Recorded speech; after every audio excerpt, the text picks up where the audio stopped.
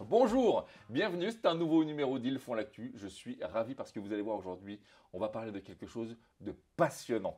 Et peut-être qu'à la fin, vous allez peut-être me prendre pour un timbré. Oui, parce qu'on va parler avec Anthony Armetta, le patron de Rhône Philatélie, eh bien de timbre, tout simplement. Bonjour Anthony. Bonjour Olivier. Merci d'être venu sur ce plateau. C'est vrai que c'est un thème qu'on n'a pas l'habitude d'entendre et pour autant, c'est passionnant.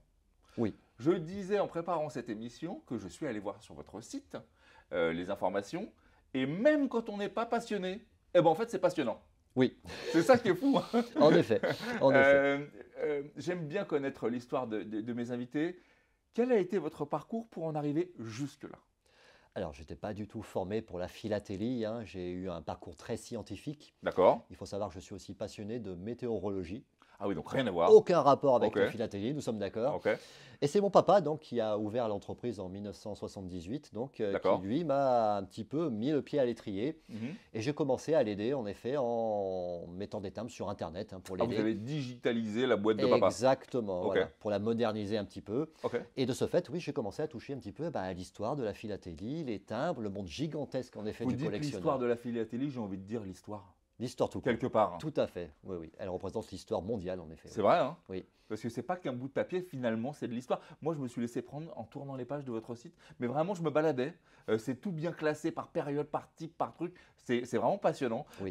Je me disais, vous débarquez comme ça dans l'entreprise de papa, vous la digitalisez. Ok, soit vous tombez dedans, vous êtes passionné, mais est-ce que ça vous donne une légitimité? Est-ce qu'il y a une formation, par exemple, pour vendre des timbres? Alors pas du tout. Ah, En voilà. effet, c'est souvent une transmission père-fils, hein, comme moi. Ouais.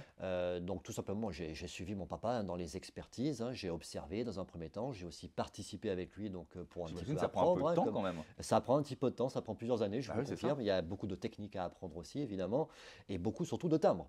Ah Donc oui. ça peut être très très long, oui. Ah oui, j'imagine. Pardonnez-moi mon côté un peu béotien, mais ça coûte combien un timbre?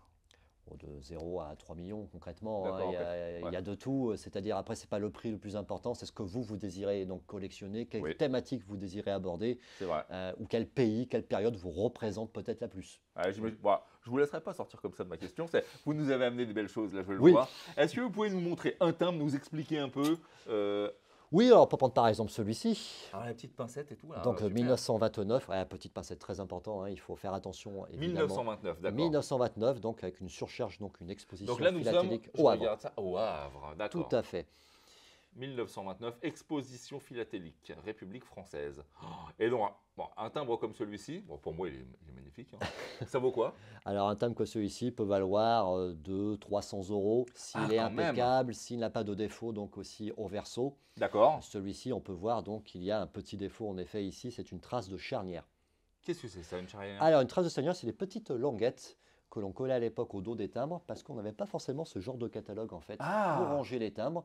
Donc ça permet de l'adhérer à un support pour pas le perdre, tout simplement. Ah d'accord, ok. Quand vous arrachez la charnière, vous laissez une trace, Il peut y donc avoir un une petite défaut. trace. Ah oui, d'accord. Voilà, exactement. Et alors là, vous avez un autre ouvrage que je vois sur Oui. cette table.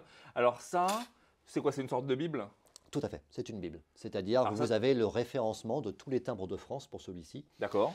donc dans l'ordre chronologique, donc du numéro 1 jusqu'au numéro 4000 et quelques en effet.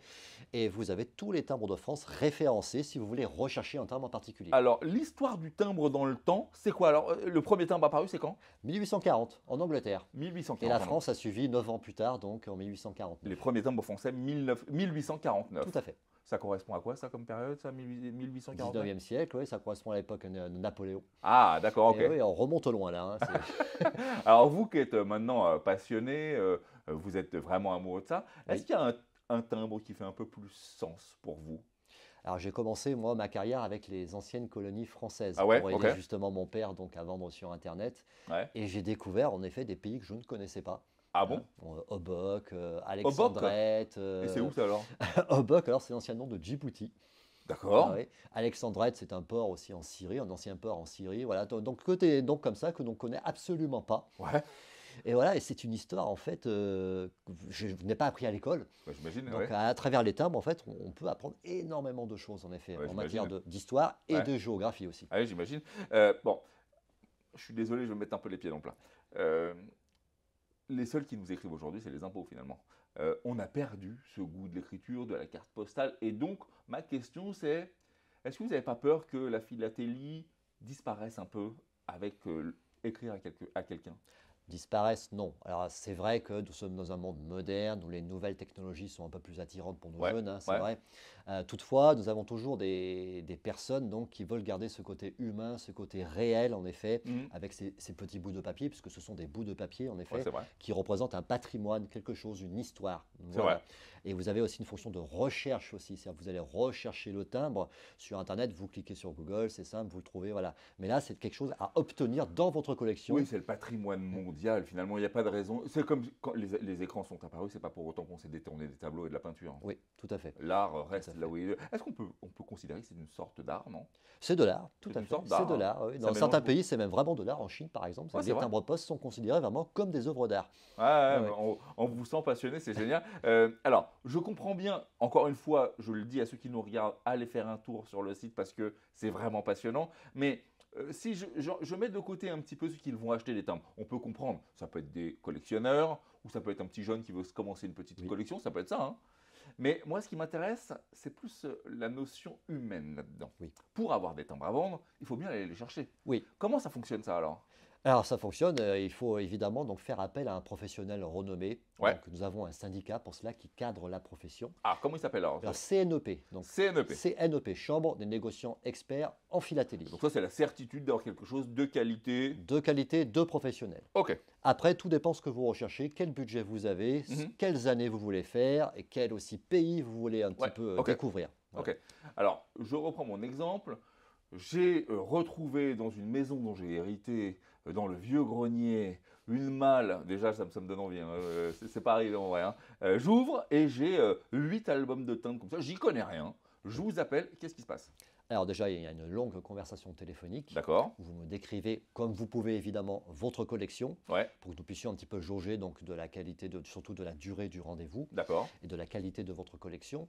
Et par la suite, nous nous déplaçons donc à votre domicile Ah ouais, d'accord, ok. pour regarder l'intégralité de votre collection, peut-être se focaliser sur certaines pièces qu'il faut que nous vérifions. Ouais. Évidemment, il y a toute une partie aussi pédagogique, Ah, j'imagine. selon si c'est le collectionneur ou l'héritier. Donc le collectionneur, évidemment, il y a un échange. Oui, Hein. c'est de quoi on parle, a priori. Exactement, c'est sa vie, c'est un échange. Et pour l'héritier, c'est aussi une explication. C'est-à-dire pourquoi cette collection de timbres, comment marche la philatélie en général. Mhm. Et surtout, à la fin de cette discussion, nous effectuons une offre d'achat donc par rapport à la qualité de cette collection. D'accord. C'est ce que vous m'avez dit. La pédagogie, l'empathie, le Oui, rapport humain avec les gens, c'est presque ce qui prime le plus pour vous. exactement. C'est-à-dire que cette collection sera de toute façon entre de bonnes mains. Hmm. C'est-à-dire que nous avons évidemment des collectionneurs, des listes qui nous sont envoyées donc, Ouais. pour rechercher certains timbres. Donc tout le travail qui a été effectué en effet par le collectionneur sera de toute façon transmis Ouais. d'une manière correcte et surtout on n'a pas envie vraiment de sortir des timbres par-ci Ouais, je comprends. par-là. Voilà, on essaie de respecter ce travail qui a été fait. Il y a un petit côté, je sais pas, moi qui vois ça de dehors, il y a un petit côté Indiana Jones. J'imagine que vous devez presque avoir un petit frisson quand vous vous rendez chez quelqu'un et que vous ouvrez pour la première fois sa collection. Vous êtes Oui. tombé sur un truc dingue. C'est un petit peu la boîte au trésor. Ouais, C'est-à-dire c'est que, génial. voilà, c'est vrai que nous discutons beaucoup au téléphone au préalable, mais Ouais. on peut avoir des surprises, alors qu'elles soient bonnes ou mauvaises, C'est dans vrai. les deux sens, évidemment. C'est C'est le jeu, hein, ça fait partie un petit peu du jeu. Ouais. Mais oui, oui, oui, c'est ce qui fait un petit peu aussi que mon métier est aussi si intéressant, si renouvelé Bah ouais. à chaque fois. C'est-à-dire qu'on va chez des personnes donc, totalement différentes, avec des vies totalement différentes, Ouais. et des collections surtout totalement différentes. Est-ce que vous avez, parce que en fait c'est un peu croustillant ce truc, est-ce que vous avez une anecdote sur la philatélie? Alors oui, je peux vous parler en effet de la période où Paris a été encerclé, donc en 1870-71. Ouais. Donc tout était coupé niveau terrestre et il fallait trouver un moyen pour communiquer avec l'extérieur. Ouais, il n'y avait pas les iPhones, quoi. Pas du tout, pas encore en tout cas. Et en effet, donc, il y avait deux solutions, donc soit les airs, soit le fleuve. Donc les airs, c'était quoi? Pas comment? Alors, c'est ce qu'on appelle des ballons montés. Des ballons montés qui ont été créés, en effet, Sorte donc de des petit dirigeable, quoi. des montgolfières, voilà, Ok. des montgolfières qui, malheureusement, aussi selon les courants atmosphériques, n'arrivaient pas toujours à Ouais, ça, destination. ouais, On va pas se j'imagine. le cacher. On n'a Hein. pas une précision d'adresse, quoi. Non, à cette époque, c'était un peu plus compliqué qu'aujourd'hui, en effet. Ouais. Et puis, vous avez aussi les boules de moulin, donc des grandes boules en zinc où vous mettiez toutes les correspondances dedans. Ouais. Et donc, en amont de la Seine, ces boules étaient On les jetées. balançait dans le fleuve et Voilà, pour arriver donc dans le centre de Paris. Malheureusement, ils sont tombés au plus mauvais moment pour cette invention, c'est-à-dire que c'était un hiver très très froid ouais. et les rivières étaient gelées.